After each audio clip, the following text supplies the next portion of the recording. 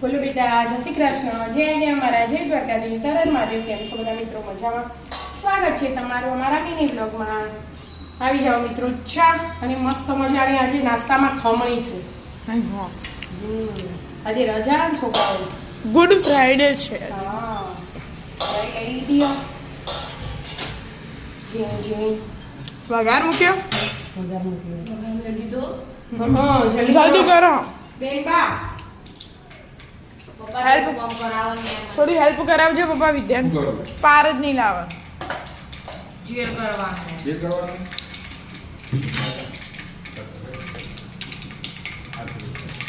Mummy થઈ છે વઘાર આવ્યો. આ જીરું થોડી ગેસ ધીમો. મરચાં ઝીણા ઝીણા સમારેલા મરચાં.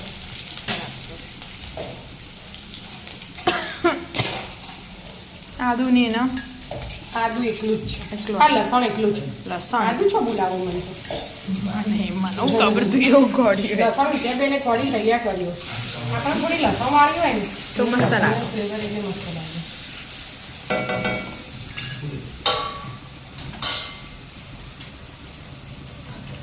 હું પાણી એડ કરી દેવાનું. લસણ એ બધું આવી છે ચડી રહે નીચે ચડી જાય. વધારે ના કરો. ગેસ ફૂલ કરી દીધો.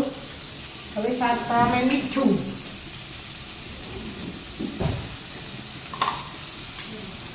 સ્વાદ પ્રમાણે થોડું ઓછું જ નાખવાનું કે એટલે ખમણમાં તો હોય પણ આપણે આજે કરીએ ને ખમણી. બનાવવાનું છે. દળેલી ખાંડ જેના જેવી રીતે ખાવી એક આપણે. ચમચી નાખવી હોય તો એ નખાય. આપણે થોડી ગળી ખાઈએ એટલે વિદ્યાબેને કીધું તું અને મમ્મી થોડી ગળી હોય ને હા ગયે એટલે કોઈ પપ્પા હજી તો મમ્મીએ કીધું ખમણી બનાવ ગળી બનાવજે.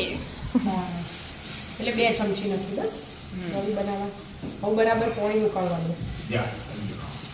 ઉકળી જાય એટલે ખમણ નાખી દેવાનો કે મમ્મી એટલે ખમણી તૈયાર. હાવ જો જાડી થઈ ગઈ ને હવે ખમણ